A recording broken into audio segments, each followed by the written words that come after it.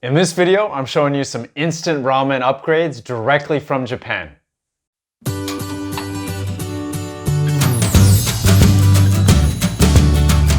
If you're new to the channel, I'm Frank from AM Ramen. I was born and raised in Tokyo and eat over 300 bowls of ramen a year. I love ramen. Today though, I'm switching it up. I'm going to be showing you some local instant ramen upgrades. I've got in front of me here 4 classic cup noodles that are loved in Japan. And the upgrades I'm going to be showing you are also loved by locals. Let's introduce the 4 stars. We've got over here the classic cup noodle. This one was the first one ever, the OG. Over here we've got the seafood cup noodle. I've always loved seafood, and this one is probably the one I ate the most when I was growing up here in Japan. Cup noodle number 3, we've got tomato chili cup noodle. As the name suggests, this one packs a little bit more heat, also has acidity coming from the tomatoes, as well as sweetness. Last but not least, we've got curry cup noodle. This is a mild and slightly sweet Japanese curry broth. I've eaten this one more as I've gotten older. So, for the classic, the upgrade I'm gonna be giving will be cilantro and lemon. It's gonna give it a kind of Mexican flair, nice crispiness from the cilantro, and lemon will give it, just a little bit of acidity and some sweetness. It's a chicken-like flavored soup with minced pork, shrimp, scrambled egg, and negi toppings. Alrighty, here we go. Just added the cilantro and also the lemon a little bit. Itadakimasu.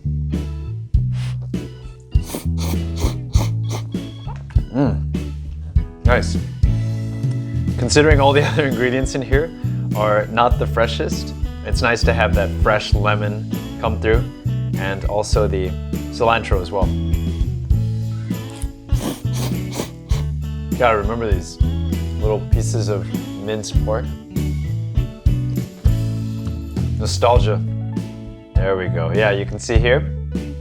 Cilantro's gotten a little bit soggy, so what you might want to do is top up. I know for some people, cilantro is not... It's either something you love or hate. I personally love it, but I know there are a lot of people out there that feel that it tastes like soap, and it's a very polarizing ingredient. But if you're not a big cilantro fan, just add lemon, or maybe something kind of a leafy that would be just as fresh. Warukunai. Another upgrade that you can use for this one though is kimchi. It won't really go with the lemon or cilantro, but feel free to use this as a separate upgrade. So now, the upgrade I'm going to be giving for the seafood cup noodle will be adding cherry tomatoes. It's going to give a nice freshness to the cloudier and richer seafood broth, and also that acidity will cut through some of that creaminess. The toppings include crab-flavored fish cake, squid, egg, cabbage, and negi. Now it's sometimes tricky to get the noodles and the tomatoes together, but here we go. You can see that there. It's funny, no matter how or where I try and pull up the noodles, they just are so cooperative. Sometimes when I'm at a ramen shop and I'm trying to film, or I should say take photos, I've got this big camera and it's kind of like a balancing act because I'm like this and the noodles are sometimes falling off, especially if they're thick and slippery. But here the chopsticks are almost like a magnet, and no matter where you pull them up, like it's a beautiful pull-up, as you can see here. Anyways, that seafood broth really brings me back. The most chewy thing inside there is the squid. So very seafoody, and I personally love seafood, so this is my jam. That's good.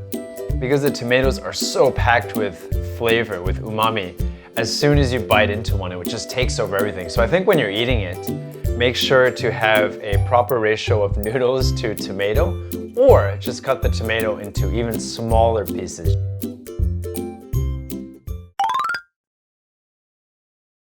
Now, for the tomato chili cup noodle, I'm gonna be adding Tabasco to give it even more heat, and cheese. That cheese is gonna melt in there along with every other ingredient when I put the boiling water on, and it's gonna be fantastic. Probably tell I like cheese. The toppings in this one are tomatoes, corn, cabbage, and beans. Oh yeah. And I really put in a lot of cheese. Maybe went overboard. I love cheese, but not as much as my brother. Look at that. The cheese is just everywhere. Look at that. The cheese douses some of the fire there. But yeah, this is not insanely spicy by any means. However, this is spicy. I bought this in Berlin. It's called Crazy Bastard Sauce.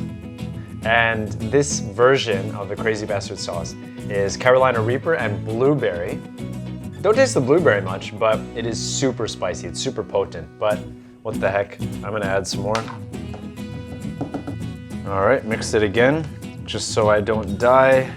And there we go, look at that.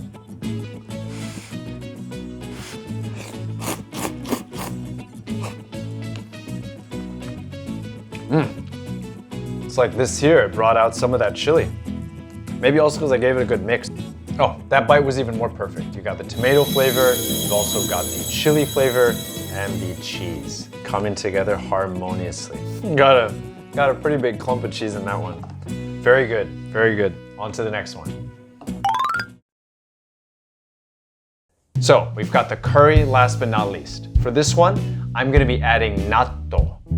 For those of you that don't know what natto is a sticky and slimy fermented soybean. It's got an acquired taste, but Japanese love it. Potatoes, diced and minced pork, carrots, and negi are the toppings.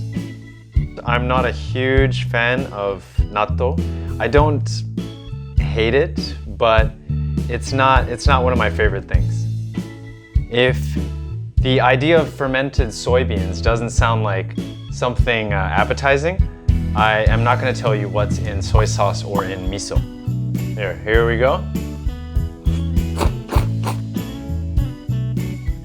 Interesting, the curry provides like the base and the natto is there, but it doesn't take over. The curry flavor is so strong, but it actually works really nicely with that natto. I prepared a paper towel just in case it got messy with the natto. It's like a slimier curry. It would be the same effect if you put, say, okra inside here. And the natto taste is not overpowering, but it is there. I think more than that, maybe it's just the texture that it adds, kind of makes it a little bit slimier. It's like a Ghostbusters curry.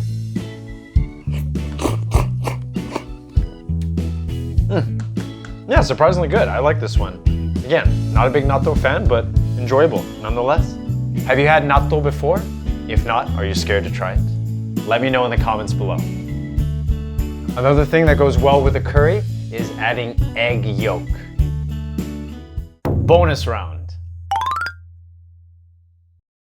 And for my final and fifth cup noodle dish, I'm gonna be having a green curry cup noodle.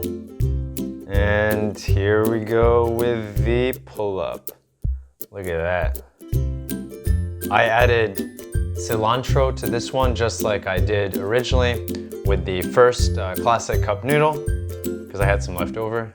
And also I think cilantro would go well with a lot of Thai dishes. This Thai-inspired ramen included. That's good. It's crazy how close to a green curry taste that they can get it. I mean, they've got it down with science. It's a little bit sweet, a little bit nutty. You add some of that green curry paste and it tastes like a Thai green curry, but with ramen noodles. This is good. A good amount of spice too, but not too much. It's got really pretty packaging as well. This is a crowd pleaser. I like this one. I like Thai food a lot too, so it's bringing the best of both worlds together. Ramen and Thai food.